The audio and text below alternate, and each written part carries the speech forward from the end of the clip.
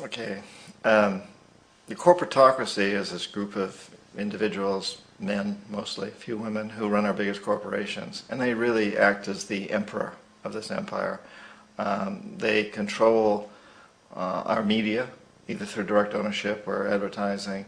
They control most of our politicians because they finance their campaigns, either through their corporations or through personal contributions that come out of the corporations. And they're not elected, they don't serve a limited term, they don't report to anybody. They really very, very much are running things. And they work under the premise that they should maximize profits regardless of the environmental and social costs. Would you mention that governments and corporations and how the private enterprise is essentially, right. And actually in coupled with that, could you mention how the government essentially is invisible when it comes to the actions of the corporatocracy? Right. They put the front group of the unregulated private corporations. Yeah, at the very... One second, so maybe make one small adjustment. Okay, go ahead. At the very top of the corporatocracy, you really can't tell whether a person's working for a private corporation or the government because they're always moving back and forth. So, you've got a guy who one moment is the president of a big construction company like Halliburton, and the next moment he's vice president of the United States, or the president who is in the oil business. And this is true whether you've got Democrats or Republicans in the office. You have the moving back and forth through the revolving door. So you really can't distinguish. And in a way, our government is invisible a lot of the time, and its policies are carried out by our corporations on one level or another. And then again, the policies of the government are basically forged by the corporatocracy and then presented to the government. They become government policy. So it's an incredibly cozy relationship and a very dangerous relationship. I think that's part of what, as we move forward and we move out of this empire and we look for solutions, how do we create a better world for our children and grandchildren? One of the most important things is to break that bond there and to make people responsible more to just creating a decent world, creating an environmentally sustainable, socially just and peaceful world.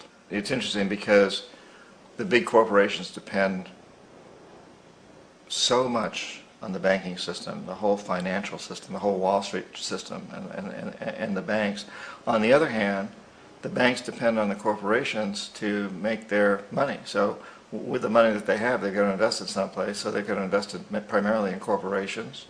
And so there's this symbiotic relationship between them that exists. You couldn't have the huge corporate structures that we have without the banking structure that we have, and you couldn't have the banking structure that we have without the corporate structure that we have.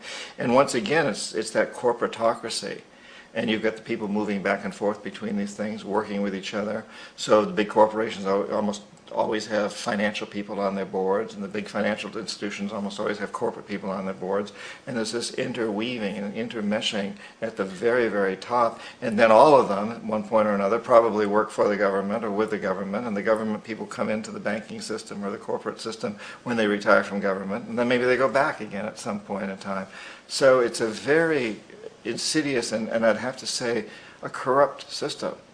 A system that just feeds into the hands of what we call the corporatocracy, and to a large degree works against everybody else in the world.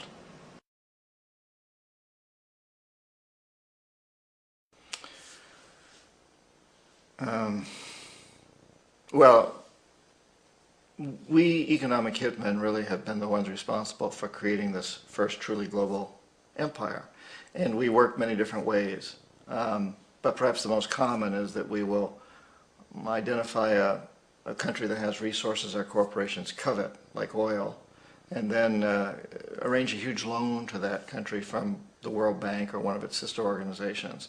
But the money never actually goes to the country. Instead, it goes to our big corporations to build infrastructure projects in that country, power plants, industrial parks, ports, things that benefit a few rich people in that country, in addition to our corporations, but really don't help the majority of the people at all, who are too poor to use much electricity, or the ports, or don't have the skills to get jobs in industrial parks. However, those people, the whole country is left holding a huge debt. It's such a big debt they can't repay it, and that's part of the plan, that they can't repay it. And so at some point we economic hitmen go back to them and say, listen, you owe us a lot of money, can't pay your debts, so sell your oil real cheap to our oil companies. Allow us to build a military base in your country, or send troops in support of ours to someplace in the world like Iraq, or vote with us on the next UN vote. And in that way we've really created an empire, but we've done it very, very subtly. It's clandestine. So all the empires of the past were built on the military, and everybody knew they were building them. So the British knew they were building them, the French, the Germans, the Romans, the Greeks, and they were proud of it. And they always had some excuse, like spreading civilization, spreading some religion, something like that. But they knew they were doing it. We don't. The majority of the people in the United States have no idea that we're living off the benefits of a clandestine empire. That today there's as much slavery in the world, more slavery in the world than ever before. That our shirts, our shoes, everything we own is made under the guise of this empire, and that there's a tremendous amount of people around the planet suffering as a result of this. We are less than 5% of the world's population living in the United States. We're consuming more than 25% of this world's resources. That's a tragedy. We got that one. So Arbenz, what happened with Arbenz?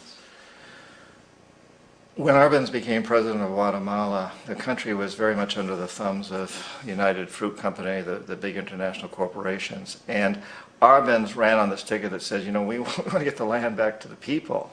And once he took power, he was implementing policies that would do exactly that, give land rights back to the people. United Fruit didn't like that very much. And so they hired a public relations firm, launched a huge campaign in the United States to convince the United States people, the citizens of the United States, and the press of the United States, and the Congress of the United States, that Arbenz was a Soviet puppet, and that if we allowed him to stay in power, the Soviets would have a foothold in this hemisphere. And that at that point in time was a huge fear on everybody's mind. We all, you know, the Red Terror, the Communist Terror. And so, to make a long story short, out of this public relations campaign came a commitment on the part of the CIA and the military to take this man out. And in fact we did. We sent in planes, we sent in soldiers, we sent in jackals, we sent everything in to take him out, and did take him out. And as soon as he was removed from office, the new guy that took over after him basically reinstated everything to the big international corporations, including United Fruit. So move on to Roldos. What happened? Ecuador for many, many years had been ruled by pro-U.S. dictators, often relatively brutal. They often claimed to be democratic, but they weren't. They were dictators. And then it was decided that they were going to have a truly democratic election. Jaime Roldos ran for office. He was a young, dynamic lawyer, and his main goal, he said, as president, would be to help Ecuador use its resources, particularly its oil, to pull its poor people up by their own bootstraps, to make sure that Ecuador's resources were used to help the people. And he won, overwhelming, by more votes than anybody had ever won anything in Ecuador. And again, first democratically elected president after many years of essentially dictators. And he began to implement these policies to, in fact, do that, to make sure that the oil companies were taxed, or if not, to be nationalized, to make sure that the profits from oil went to help the people. Well, we didn't like that in the United States. I was sent down as one of several economic hitmen, and in that particular job I wasn't the primary one. I was sent in from Panama to help some of the other ones to change Roldos, to corrupt him, to bring him around, to let him know, you know, okay, you know, you can get very rich, you and your family, if you play our game, but if you continue to try to keep these policies you've promised, you're going to go. He wouldn't listen. He knew that his life was in severe danger. I've become good friends with his daughter in recent years. She's now in her 40s and a member of the Congress in Quito, in Ecuador. And she said her dad was very aware that he was taking huge risks, but he took them anyway, and he was assassinated. And the means of assassination was? His airplane, officially his airplane crashed. He and his wife were on board, and several other men and women, and the defense minister and his wife.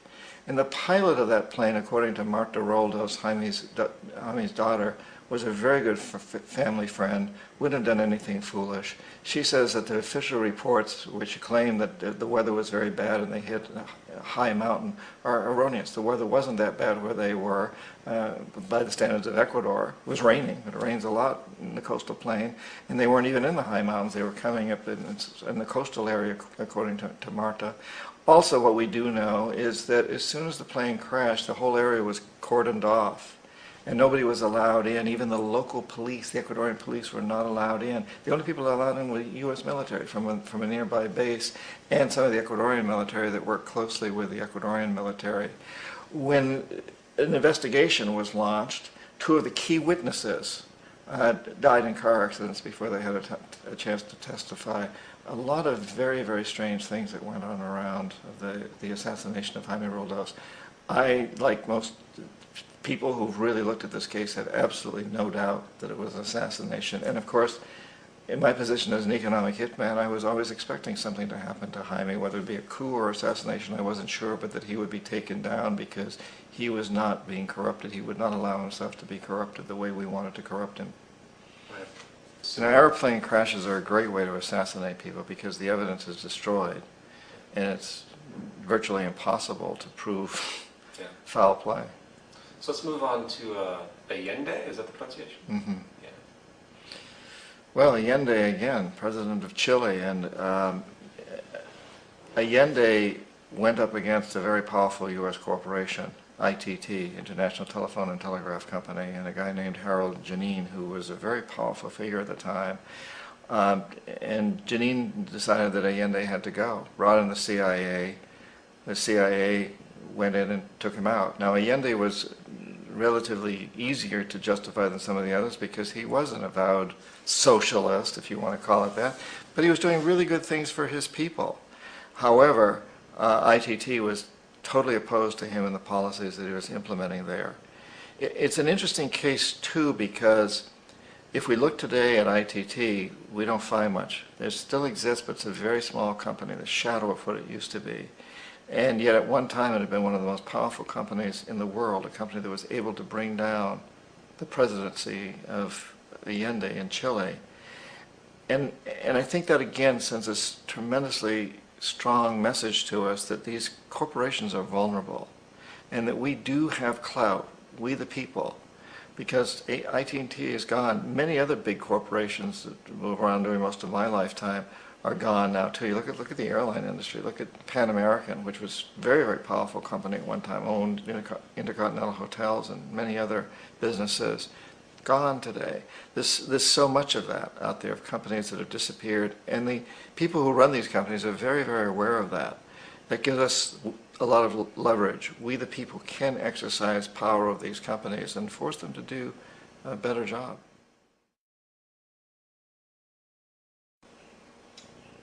So Torrijos, describe in the same kind of brief capacity what happened to him, and denote the plane crash as well as his connections. Omar Torrijos, president of Panama, was one of my favorite people. I really, really liked him. He was very charismatic. He was a guy who really wanted to help his country. And when I tried to bribe him or corrupt him, he said, "Look, John," he called me Juanito. He said, "Look, Juanito, I don't need the money. I got a good life, I got a good house, I got a good wife, I've got whatever I want in terms of yachts." And he was a guy who really liked to have a good time. He was having a good time. And he said, "But what I really need is for my country to be treated fairly. I need for the United States to repay the debts that you owe my people for all the destruction you've done here. I need to be in a position where I can help other Latin American countries win their independence and be free of this terrible presence from the north that you people are exploiting us so badly. I need to have the Panama Canal back in the hands of the Panamanian people. That's what I want. And so, leave me alone. Don't try to bribe me." It was 1981, and in May, Jaime Roldos was assassinated. And Omar was very aware of this. Afterwards, I heard from family members. And Marta Roldos, the daughter of Jaime Roldos, married Omar Torrijos' nephew. And the nephew told Marta, and I've heard this from a number of sources, that after that plane crash of Roldos's, Torrijos got his family together and he said, I'm probably next, but it's okay because I've done what I came here to do. I've renegotiated the canal. The canal will now be in our hands. He just finished negotiating the treaty with Jimmy Carter. So I've accomplished what I need to accomplish. I'm ready to die if that's what it's going to take. And he had dreams about an airplane crash. In June of that same year, just a couple of months later, he also went down in an airplane crash, which there's no question was executed by CIA-sponsored jackals. You noted there was a pass-off of a radio, I think? Yeah, there's a tremendous amount of evidence that one of the security guards, one of Torrijos' security guards, handed him at the last moment as he was getting on the plane a tape recorder, a small tape recorder that contained a bomb.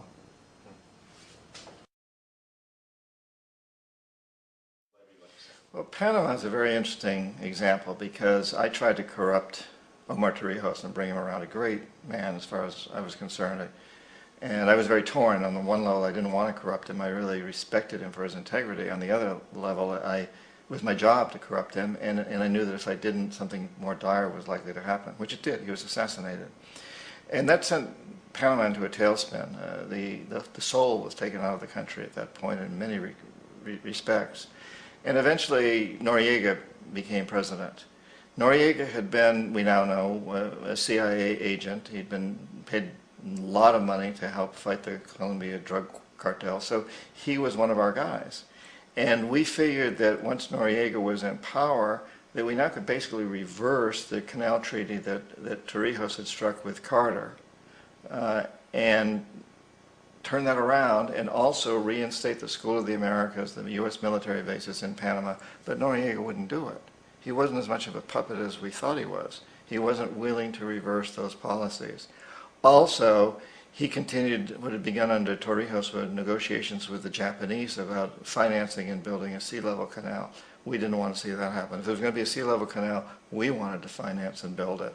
And Noriega refused to drop out of those negotiations. So he was no longer our puppet. He wasn't playing the game. And on top of all of that, there's a lot of rumors, and I don't have any evidence to back this up. If there was evidence, it was destroyed. But there was an island off the coast of Panama called Contador, which I do know very well. It's still there. It's a resort. And in the 70s, this was a place where deals were struck and where you could take people on private yachts or however you wanted to do it. And there was plenty of cocaine, all kinds of drugs, sex, all kinds of illicit activities, and whatever happened on Contador stayed on Contador. And this was a common knowledge. I used it. I took people there. I bribed people on Contador. Everybody was doing it that was involved in South America. And so the question has always been asked, we wanted to take out Noriega. Okay, why did we bomb a city? Why did we kill between 2,000 and 6,000 innocent civilians and destroy this part of the city? And I was just in Panama a couple of weeks ago. It was amazing. I traveled around, went down to that part of the city. I talked to people from taxi drivers to government officials about all of this. And, they're still like furious at the United States. Why did we do that? We could have taken out Noriega. He was not that difficult to take out. That's our goal. But we didn't have to go in and bomb the section of the city. The best explanation I've heard, the most logical one that I can come up with, is that one of the buildings down there belonged to the military or the national security forces. Panama really didn't have an army per se, but it had these national security forces. And this building was totally demolished. There's a lot of eyewitnesses who say once it was demolished, a special unit of the U.S. military went in and made sure that everything was demolished. People saw this. I've talked to people. And the rumor was that within that building there were a lot of photographs of things that went on in Contadora. That Noriega, unlike Torrijos, had put cameras up. Torrijos was very adamant nothing would ever leave, and he didn't have any cameras, I'm pretty sure, but that Noriega did. And he had photographs, and including very compromising photographs of the president, the first President Bush's son, the current President Bush, before he was president, that they had some very compromising photographs of him and a lot of high-up politicians and businessmen. Now again, I have no evidence of this. If those photographs existed, they were destroyed because they would have been kept in that building. And it It's the only explanation I've ever heard that makes sense to me as to why we went in and destroyed that particular part of the city, which was very vulnerable. A lot of old buildings around that we knew once we sent in some fire bombs that the whole place had to go. And there were a tremendous number of very poor, innocent people living there. Between 2,000 and 6,000 died, depending on whose records. The United States admits something like 2,000. Panamanians say 6,000. Why would we have done that? That certainly is an explanation. The precedent for economic hitmen really began back in the early 50s when a president was elected in Iran, prime minister, democratically elected, Mossadegh, and he was considered to be the hope for democracy in the Middle East and around the world. He was Time Magazine's Man of the Year in 1951.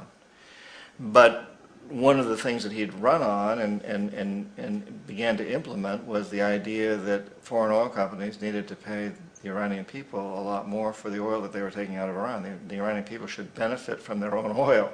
Strange policy. And so once he took office, he began to implement this, including even threats and nationalizing foreign oil companies, particularly British Oil Company, which today is BP. We didn't like that, of course.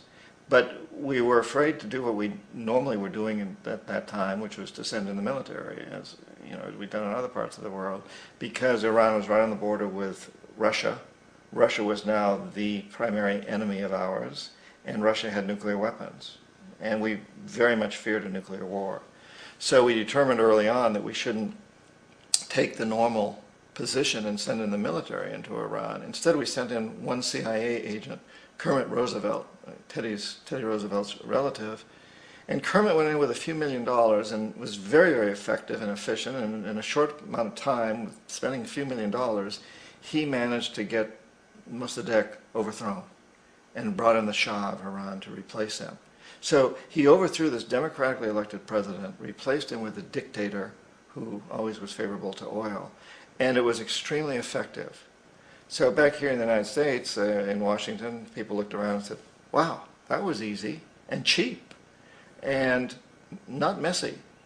And so this established a whole new way of manipulating countries, of creating empire. The only problem with Roosevelt was that he was a card-carrying CIA agent, and had he been caught, the ramifications could have been pretty serious. So very quickly at that point, the decision was made to use private consultants to channel the money through the World Bank or the IMF or one of the other such agencies, to bring in people like me who worked for private companies, so that if we got caught, there would be no governmental ramifications connected with this. And it is interesting to me how this system has continued pretty much the same way for years and years and years, except the economic hitmen have got better and better and better, so we've more and more subtle. But then we come up with, very recently, what happened in Venezuela. In 1998, Hugo Chavez gets elected president, following a long line of presidents who had been very corrupt and basically destroyed the economy of the country, put the largest middle class in Latin America had suddenly become impoverished because they put the country into such debt and people into debt. And Chavez was elected amidst all that. Now, Chavez was not a radical opposed to the United States at that point in time. But after 9/11, Chavez went on the record of saying, I hope that the people of the United States will see what's going on here and understand that there's a lot of anger and resentment in the world. And that was resented in Washington, that he would say that. And so a campaign was launched to make him look like a villain. And then in 2002, a coup was staged, which is no question in my mind, and most other people's minds, that the CIA was behind that coup.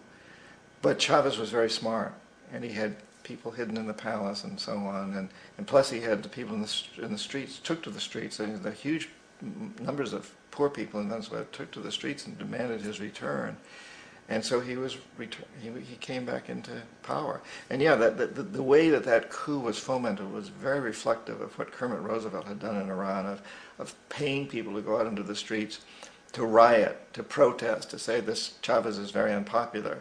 And you know, if you can get a few thousand people to do that, television and can make it look like it's the whole country. and things start to mushroom. So it was very reminiscent of that, except in the case of Chavez, he was smart enough, and the people were so strongly behind him and so expecting this to happen that they overcame it, which was a phenomenal moment in the history of Latin America. Because regardless of what one thinks of Chavez, and I personally have my problems with his rhetoric and his behavior sometimes, but the fact that he has stood up to the United States, and he's done it primarily demanding that Venezuelan oil be used to help the Venezuelan people. That has always been his philosophy, and his success at actually making that happen has its ups and downs, but that's always been the philosophy. And also to use some of that money to help other poor people throughout the continent. The fact that that happened encouraged other countries like Bolivia and Ecuador and Chile and Argentina and Brazil and Uruguay and Nicaragua and Guatemala and so many others to hold democratic elections and vote in presidents who said, our resources must serve our people. So Correa of Ecuador ran on a campaign basically that says the profits from Ecuadorian oil must help Ecuador's poor people. And Morales ran on a campaign that said the profits from Bolivia's gas must help Bolivia's poor people. And I don't think that would have been possible had it not been for what Chavez did. So I think history will look back and see this man as being a very key figure in what's really occurring in Latin America today, which is a true nonviolent revolution. There's a democratic revolution happening south of the Rio Grande, and it's very, very significant, more significant than most people in the United States realize. More than 80% of the population of South America in the last democratic elections has voted in the president that said, no more exploitation by the corporatocracy. Our resources must help our people. And it's been nonviolent. It's been democratic. It's an amazing process that's going on. Iraq actually is a perfect example of the way the whole system works. So we economic hitmen are the first line of defense. We go in and we try to corrupt governments and get them to accept these huge loans, which we then use as leverage to basically own them. If we fail, as I failed in Panama with Omar Torrijos and in Ecuador with Jaime Roldos, men who refuse to be corrupted, then the second line of defense is we send in the jackals. And the jackals either overthrow governments or they assassinate the people who won't be corrupted. In the case of both Omar Torrijos and Jaime Roldos, they were assassinated because I failed. And once that happens and a new government comes in, and boy, it's going to toe the line because the new president knows what will happen if he doesn't. In the case of Iraq, both of those things failed. Economic hitmen were not able to get through to Saddam Hussein. We tried very hard. We tried to get him to accept a deal very similar to what the House of Saud had accepted in Saudi Arabia, an amazing deal from our standpoint, but he wouldn't accept it. And so the jackals went in to take him out. They couldn't do it. His security was very good. After all, he had one time worked for the CIA. He'd been hired to assassinate a former president of Iraq and failed, but he knew the system, and he had these look-alike doubles. It's very hard to assassinate a president unless there's people on the inside helping you. And if the people on the inside don't even know whether they're guarding the real guy or a double, it makes it very difficult for them and very, very risky for them. So we couldn't take him out. So in '91, the first President Bush sent in the troops, and we figured at that point, which is the last step. If the economic hitmen fail, the jackals fail, then we send in the military. And of course, all these people always know that the military is standing off in the wings to go in if everything else fails.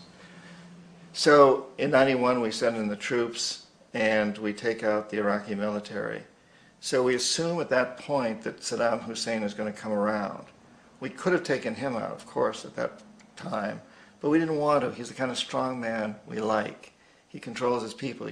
We thought he could control the Kurds and keep the Iranians in their border and keep pumping oil for us. And that once we took out his military, now he's going to come around. So the economic hitmen go back in the '90s without success. If they'd had success, he'd still be running the country. We'd be selling him all the fighter jets he wants and everything else he wants. But they couldn't. They didn't have success. The jackals couldn't take him out again. So we sent the military in once again, and this time we did the complete job and took him out, and in the process created for ourselves some very, very lucrative construction deals. We had to reconstruct a country that we'd essentially destroyed, which is a pretty good deal if you own construction companies, big ones. So those are really, Iraq shows the three stages. The economic hitmen failed there, the jackals failed there, and as a final measure, the military goes in.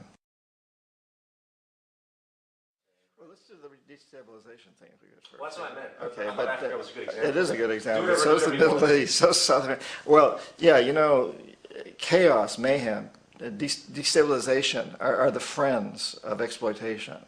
And so if you can have internal problems in a country, then it's ripe for exploitation. It's the old divide and conquer. So for example, in the Middle East, the fact that Sunnis and Shiites and Israelis all are at each other's throats works to the advantage of oil companies, because the divide and conquer, if they all came together and found the common enemy, which is the exploiting people, then the oil companies wouldn't have a chance. But as long as they can keep it destabilized. And in South America, it's fascinating how we've seen that throughout the history of Latin America, the indigenous people in the military have usually been opposed ever since the time of the conquest. But in the recent elections in places like Ecuador and Venezuela and Bolivia, these two groups have come together. They've united. And as a result, now you have this amazing revolution that's going on in South America, which is not pleasing to U.S. corporatocracy. And we really blew it there, and from that standpoint, in that the destabilization is no longer happening. These diverse groups have come together because they've realized it's to their self-interest to stick together to fight the common enemy, which is the corporatocracy, which is us, really. And Africa is an amazing example. Because who's ever heard of Africa? I mean, we hear the name Africa, but who knows anything about Africa? What do we know about coltan in the Congo? What do we really know about diamonds in so many of these countries? What do we really know about oil in the Sudan? We hear these things, but we don't really know much. What we like to say, the American people like to say, the American press likes to say, oh, it's those corrupt leaders. We don't ask who corrupted them. Leaders are not corrupt. They are corrupted. Somebody does it.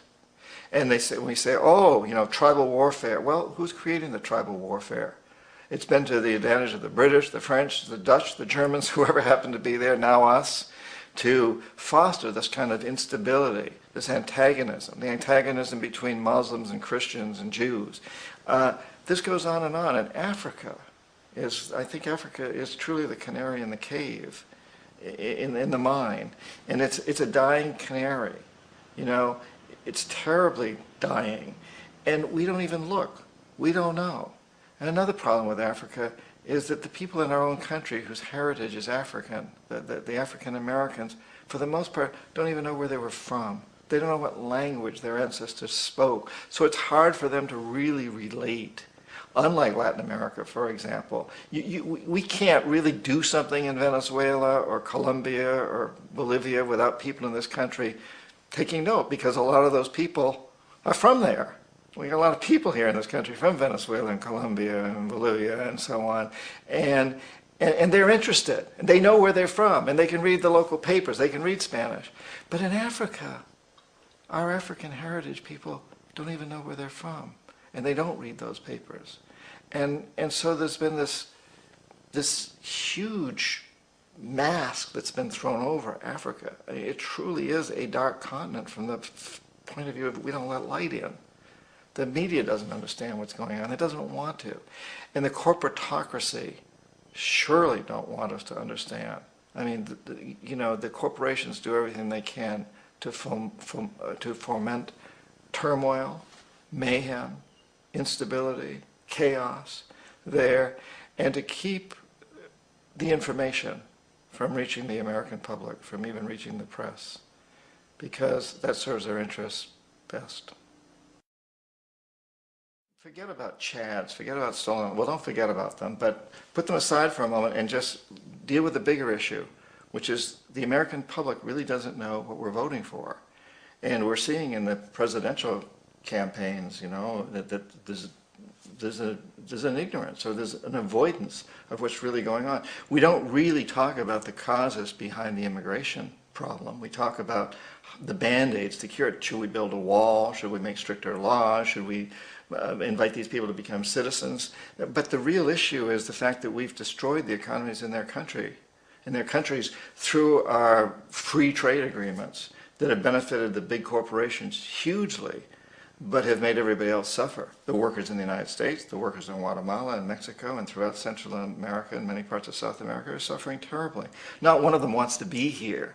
I speak Spanish. I live in Florida. I go out and I talk to the Guatemalans who are taking care of everybody's lawns and doing a lot of the other menial work. They don't want to be here. They're not getting rich here. They're sending all their money home. They want to be back in Guatemala or Mexico or Honduras or El Salvador, wherever they're from. These are beautiful countries. They want to be there. There's no work there. And there's no work there because of the laws that we've passed, because of the IMF, because of the World Bank, because of what the corporatocracy is doing to exploit these countries. So if we really want to deal with the immigration problem, that's what we must do, is help these countries get back on their feet and open their doors to their own people to have jobs there. But our presidential candidates aren't addressing that. Although, you know, at least back in the 70s, and I'm writing about this now in the book I'm working on now, that I was called into Washington to the Army Navy Club, met with a lot of retired generals and admirals to talk about a job that was going on in the Indian Ocean. And I found that, and I found this to be the case, that at the top echelons of the military, they don't want to go to war. You know, they know that that's just going to create more problems. They know that if you want to create terrorism, you know, send in the army. The lower echelons are uneducated about that, don't understand, but the highest echelons, I think in general the military doesn't want to go to war. The politicians want to go to war. The corporations want to go to war. Because every corporation many corporations stand to make a tremendous amount of money out of war. So you and I may think that Vietnam was a failure and that Iraq is a failure. But if you own a big industry that has any relationship whatsoever to the war machine, and that includes insurance companies and banks, and includes companies we don't usually think of as being part of the military-industrial complex, if you happen to be the CEO or a major owner of any of those corporations, you think that Vietnam was a huge success, and so is Iraq. How about if we use what just happened in Colombia, between Colombia and Ecuador, you know? Oh yes, please. As an example. Sure, that's great. Okay. And I was in Nicaragua at the time, so I got an interesting perspective, which was very different from the U.S. press here. In fact, I was supposed to be meeting with Ortega, but he had to fly out the morning I was supposed to meet with him to go to Santo Domingo early for this meeting that was held with all the heads of states of Latin America. It was basically condemned to Uribe of Colombia. But if we look at the situation in Colombia, which is let me think of the word here.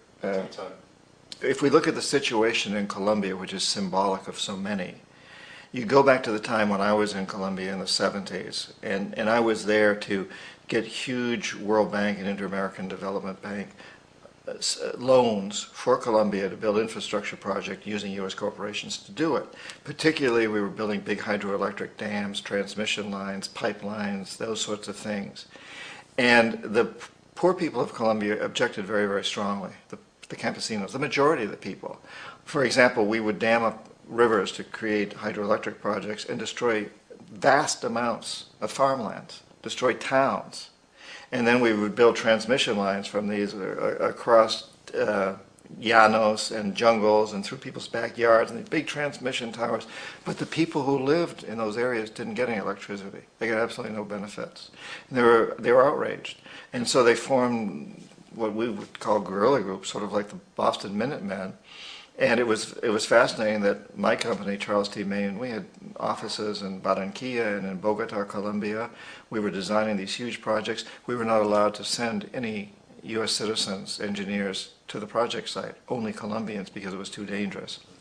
The guerrillas, as we call them, would come down and attack the construction camps.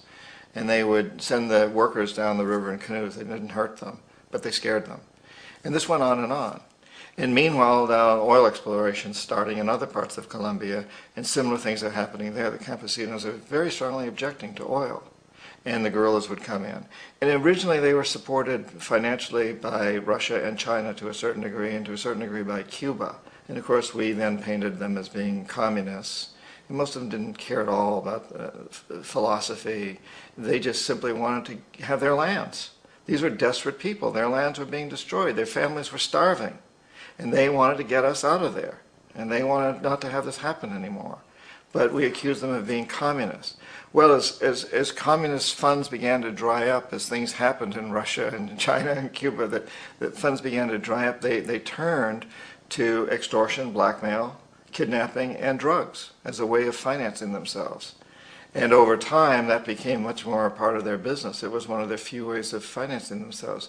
You know, we all think détente is such a great thing, the peace between the Soviet Union and the United States.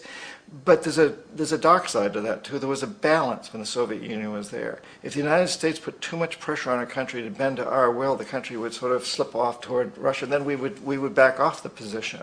Once the Soviet Union was gone, there was nobody for anybody to turn to, except terrorism, in essence.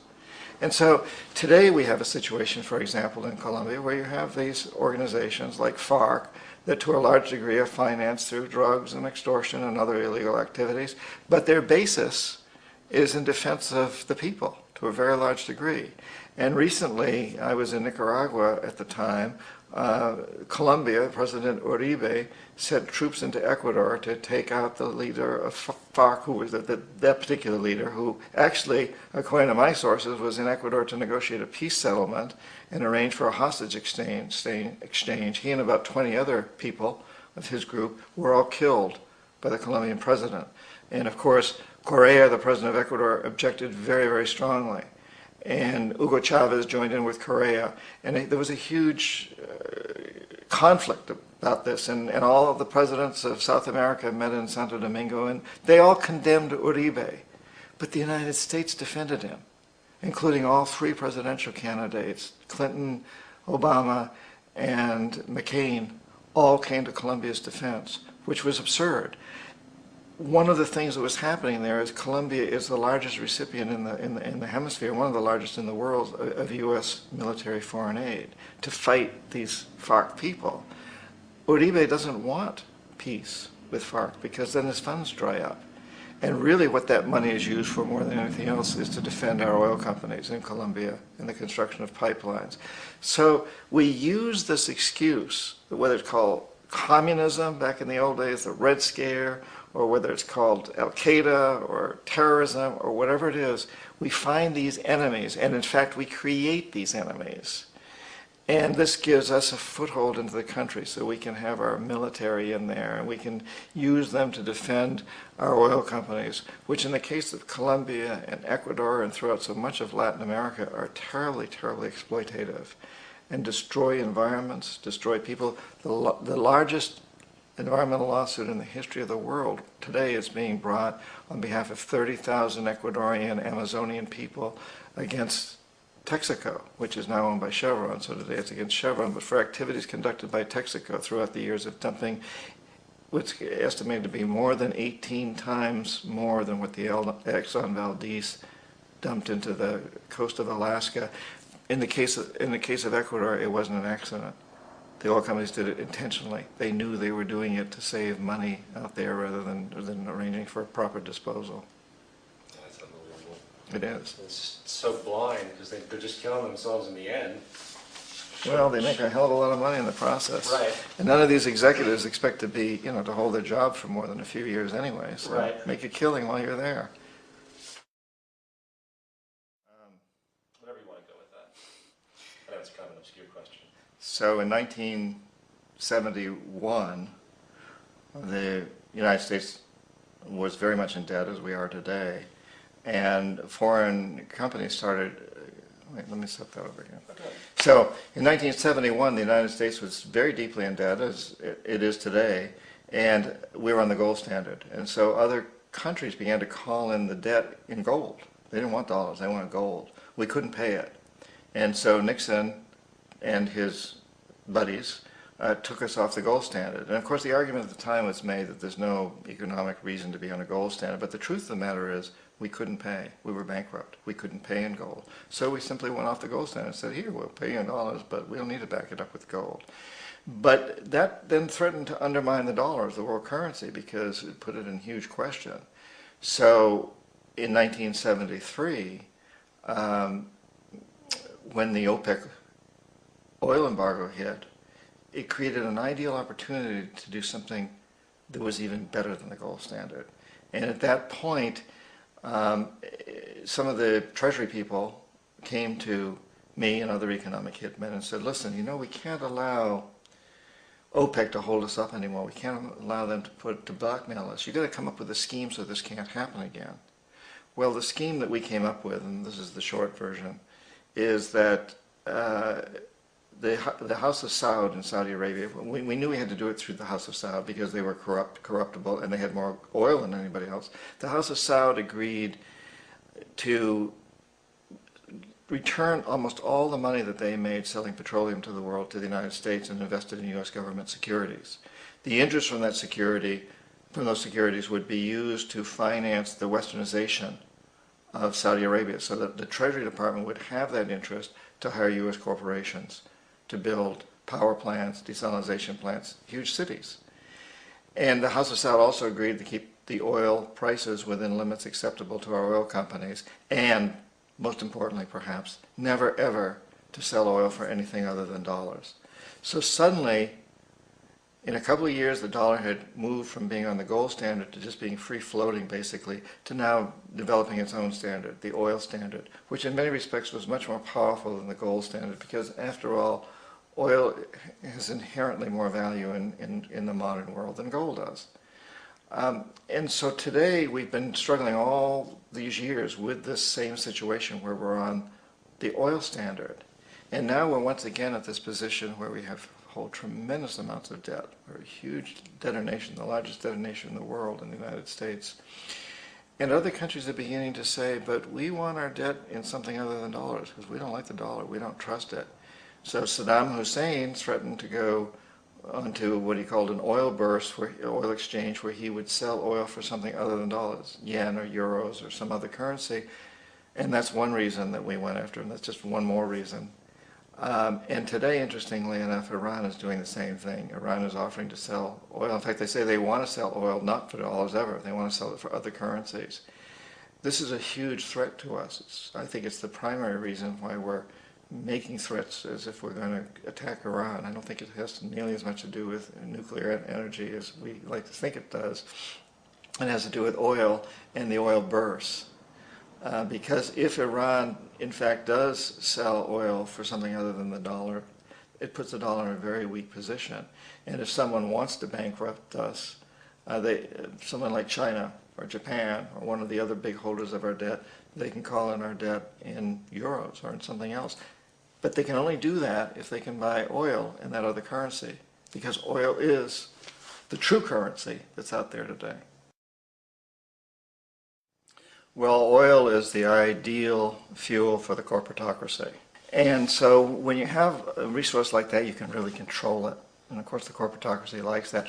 Also everything downstream. You have to have gas stations, you have to have pipelines, you have to have all these things.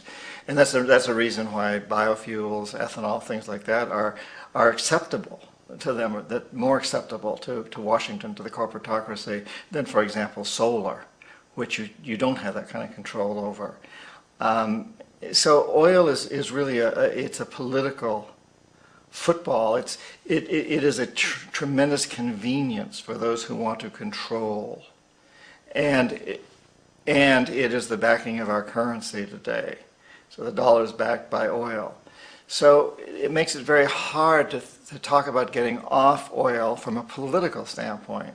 You know, if every tile on every roof was a solar panel, which is technologically possible, think of what that would do. Now, you know, people know energy, know that there's peak times of using fuel, and you can't, you know, it's hard to use solar at night, although it's definitely not impossible. We put solar units out for some of the communities in the Amazon, and they have big batteries that they put it into, and they run off solar all night long. You can do that, even though it seems that in this country, in the United States, it's almost like a myth that you can't do that, but you can do it. But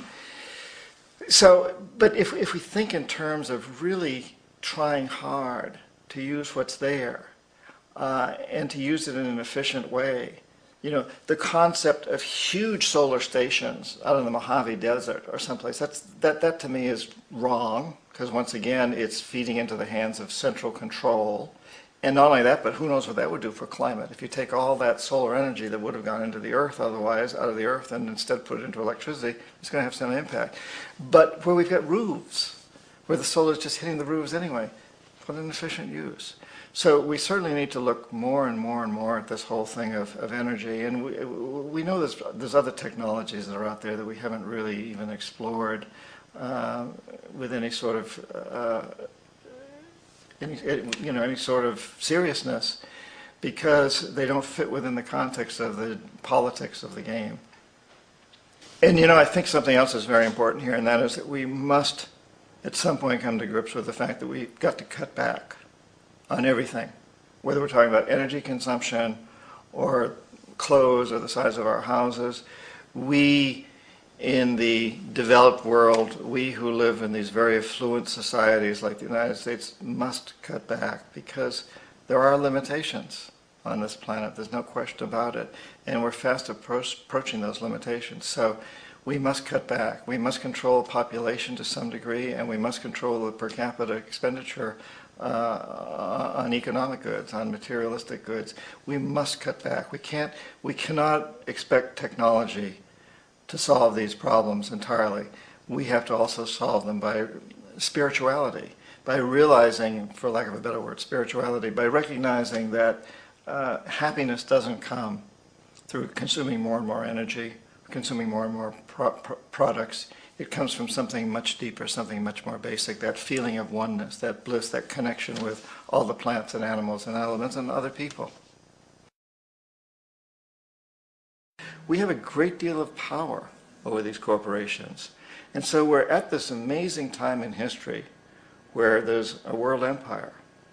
And I think for the first time, we don't want to overthrow it. We don't want to get rid of it. We want to change it. We want to do something that's never been done in history before. We want to break an old pattern, because if this empire collapses, then history tells us that there'll probably be some wars, economic or military wars, and eventually some new empire will emerge. We don't want that. What we'd rather do is transform this empire, make it into a true model of a world where we can live sustainably, environmentally sustainably, in a socially just world, in a peaceful world. And so I think we have this opportunity now to tell those corporatocracy people, okay, go ahead, maximize profits, but only do so within the context of always heading toward creating an environmentally sustainable, a socially just, and a peaceful world for everyone on the planet. Because we know that our world won't be stable and just and sustainable unless the entire planet is. We live in a very, very small community. That's the other thing that's grown out of this empire, is the world community has shrunk tremendously. When I was an economic hitman in the 70s, several times I spent 3-4 days trying to make a phone call from Jakarta, Indonesia to Boston, Massachusetts. Today you can call any place on the planet instantaneously. You can go to the deepest part of the Amazon and through satellite phones. You can send a whole book by email almost instantaneously from any place on this planet. We are a very, very small world. And I have a grandson. He's about 6 months old now. I'm very aware of the fact that my grandson cannot possibly hope to inherit a sustainable, peaceful, stable, socially just world unless every child today growing up in Ethiopia, in Indonesia, in Bolivia, in Palestine, in Israel also has that same expectation. So here we are at this amazing time in history. Small world, ruled by the emperor, which is a corporatocracy, which is it's a corporate ruling, it's a commercial, it's an economic thing, it's not a military thing. And these corporations are very, very vulnerable. We can turn them around, and we must turn them around. Where does the desire to keep making more come from? Where does greed come from? Sure.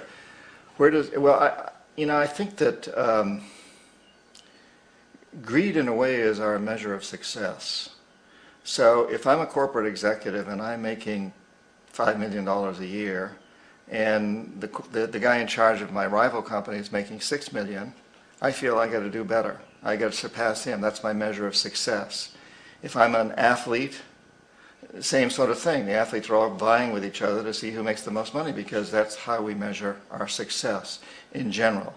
And of course, it's a false measure of success because we all know really happiness is the success. What kind of a life do we lead? How do we relate to our families? How do we relate to the world? And if in the process of making this extra $1 million as a corporate executive or a movie star or an athlete or whatever, we're also creating a bigger gap between us and the people in Indonesia who are making the shoes that we wear as an athlete or as a corporate executive or the clothes that we wear as a movie star. Then in the long run, we're making this a much less stable world, a much more dangerous world for ourselves and our progeny. And so we must turn this thing around and really look at what is it that we value. It really isn't money. And you know, working with CEOs and people in top management for many, many years as I've had, including I still continue to. I give talks to big corporations and their executives. I just came back recently from giving one. I'm very struck by the fact that I've never met an evil CEO. They may exist, but I haven't met any. I've never met one that wants to see Florida sink beneath the ocean. I've never met one that wants to see the ozone layer destroyed or wants to see more poverty and misery in the world.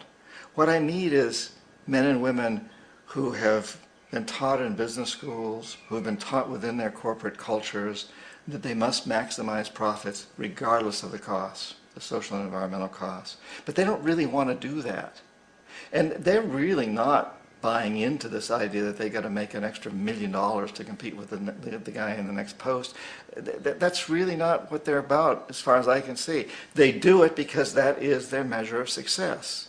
It's the same reason that when it starts when we're in school, you know. I mean, the kid sitting next to us gets an A and we're getting a B, and there's pressure put on us to do better than them or excel in a sport for whatever reason. With this constant thing of this is how we measure ourselves.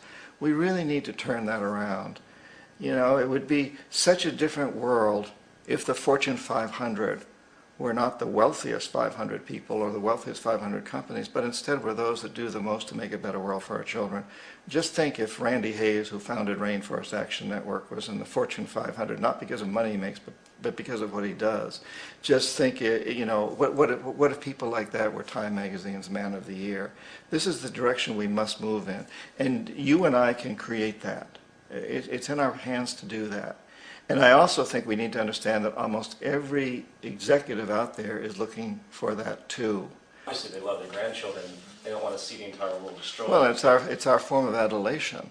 So, you know, how do we honor corporate executives? We honor them by making, but you know, they think they're being honored when they get more pay, when they get bigger bonuses, when their stock increases, because that's the system that we're buying into that says that's the measure of success. How much money do you have? How big is your house? How large is your yacht? How many private jets do you have? I mean, we the people make a big point of that. We watch television shows about this. We watch movies about it. And we say, oh, wouldn't it be nice if I had a big yacht like that and a huge mansion and 15 houses like that? Right. So, you know, we put these people in this position. It strikes me as amazing that we have reached a point in time where we even talk about the need to be sustainable. Because throughout history, everybody's always been sustainable. I spend a lot of time with indigenous people in places like the Amazon. They don't do anything that isn't sustainable. You just don't do it. If it isn't sustainable, it's not even possible or conceivable that you would do it. And so now here we are at a time where we've come through several hundred years of history doing non-sustainable things. And we're all sitting around now, big corporations are getting together for conferences on sustainability. Should we become sustainable? Can we become sustainable? Well, the obvious answer is if we don't become sustainable, by definition, we're not here any longer at some point. So we really must take into account the totality. This isn't just a human experience on this planet. This is a total experience. And we know we can't survive without plants and animals. We know we can't survive without the earth. We know we can't survive without the four elements, you know. And so when are we going to really start taking that into account and saying, that's what it is to be successful. Success depends on how well we relate to everything around us, not just other human beings, but all the things around us. that is success. And then we ought to really be honoring the people that take that into account. These ought to be our Fortune 500 people and the people who win all the awards and get on the covers of all the magazines, those who lead us in a direction towards sustainability. And in that same context, we can't take out the socially just aspect of it. You know, again, it goes together. We can't treat other human beings in unjust ways and expect to continue and expect to be sustainable. That doesn't last for very long. Under the old systems, where you had small pockets of population, and sometimes they went to war with each other, and that goes up to the time of World War II. You could still say that's part of the old system. Then perhaps. But today, we're so interlocked. We are all living so closely together that we all have to take care of each other. Just like in a small community, in a tribe or a small town in New England where you have town meetings, everybody knows that you got to take care of the whole community or you're going to have serious problems. And now we have to see that the whole world is the community. And we must all take care of each other that way. And it's not just a community of human beings. It's a community of plants and animals and elements. And we really need to understand that. That's what's going to bring us joy, too, and pleasure. That's what's missing in our lives right now. We can call it spirituality.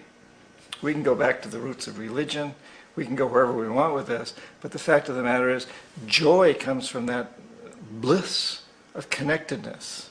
In indigenous cultures, you often hear words that we interpret as bliss, as ecstasy. But what do they really mean? They mean the feeling of connection, the feeling of connection with everything. And another way to look at it is to say that's our connection with the divine. That's our God spirit. That's that side of ourselves that really feels it. And you can feel it deep inside you. It's this amazing, wonderful feeling. And you know it when you get it. You don't get it from money. You get it from connection. Each one of us is presented frequently by fate, coincidences, by things that happen in our life that seem random. And they come along all the time. What's really important is how we choose to react to them, what we do with those coincidences. And the decisions we make each time we're confronted by one of these makes all the difference as to where we go from here. For example, I was graduated from college at the time of the Vietnam draft.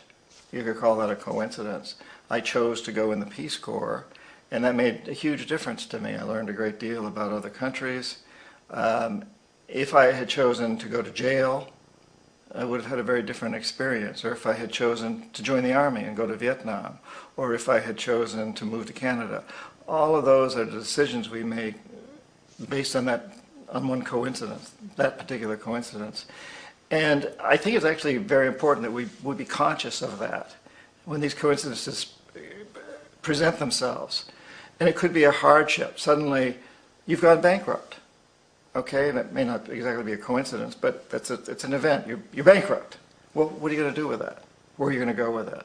And to realize that the decision you make at this point in your life is going to have a huge effect on you. My daughter recently gave me a grandson, but before the grandson arrived, she knew she's going to have a baby. And she's got to buy cribs, and she's got to buy clothes, and she's got to look at what kinds of diapers to use, and all these kinds of things. She had every point along that line made the decision that she wanted to do the thing that was most environmentally and socially responsible because she saw it as an investment in her child's future. And she couldn't always find good alternatives. In some of these areas, like car seats, for example, it's really hard to find ones that aren't made in China or someplace. But to be aware that you're doing everything you can and you're going to make every attempt, and not to see this as a sacrifice, but to see it as an investment in your child's future. By doing the right thing now from an environmental and social standpoint, we are taking care of our children, our grandchildren, all the future generations. I think it's so important that we understand that. And sometimes we can't make that investment. Sometimes we just can't afford to make an investment, even though we know it would be a good investment. At times like that, we just have to do our best, but realize that we're foregoing an investment and commit ourselves to making that investment the next time it's possible for us to do so. from a practical standpoint, what can we do to make this a better world for ourselves and future generations? That's the essential question right now. And I think we all know a lot of the basic things we can do. We should never buy anything that's made in a sweatshop, that's made by slaves, that's made by people that suffer, that aren't given good health insurance, that aren't taken care of, and their families aren't taken care of. We just shouldn't buy anything that's made by people like that. We know that. We shouldn't drink water that comes out of plastic bottles and brought to us from Fiji or someplace way off like that where we're exploiting another country's water supply. We shouldn't waste fuels. We shouldn't be inefficient in that. We shouldn't build houses that are way too big to satisfy any common sense within us. There's so many things like that we all know. We shouldn't be putting chemicals in our foods and so on and so forth. But I think beyond all of that, if you really come right down to it, those are all Band-Aids. And we need Band-Aids badly because we're hemorrhaging. But beyond all that, I think each one of us needs to look deep inside of ourselves. Every one of us has passion, and every one of us has talent. Now, I'm a writer, that's my passion, and I hope I have some talent as a writer also. But regardless of whether you're a filmmaker, a musician, a carpenter, a plumber, a teacher, a housewife, whatever you are, you've got passion and you have talent. And if every one of us can go deep into our passions, can realize our passions, using our talents to do that, but always have as a guiding point that we will work to creating an environmentally sustainable, socially just, and peaceful world, then we will get there. We will all get there. If that's the destination that every one of us has, we can come from many different directions. I'm often struck by how fortunate we are that during the time of the American Revolution, Tom Paine didn't try to lead armies. And George Washington didn't write pamphlets. Paine followed his passion. He was a writer, he had talent. And Washington followed his passions and talents as a leader of men. And Benjamin Franklin didn't do either thing. He was an old man. He went off to France and he convinced the French to become our allies. All of that was essential. And it was all aimed at one goal. But they all came from very different directions. And I think this is an important time to realize how we can do that. Students sometimes in business schools where I'm speaking come up to me and say, well, should I go to work for the big corporation and try to change things from inside?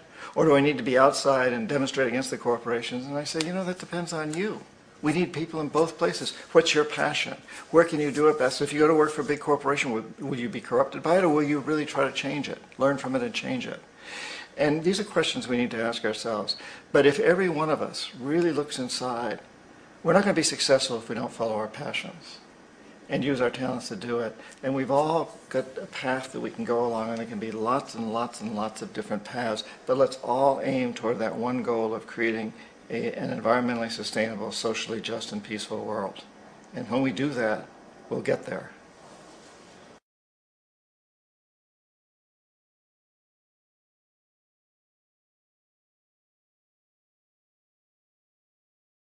Remember, 15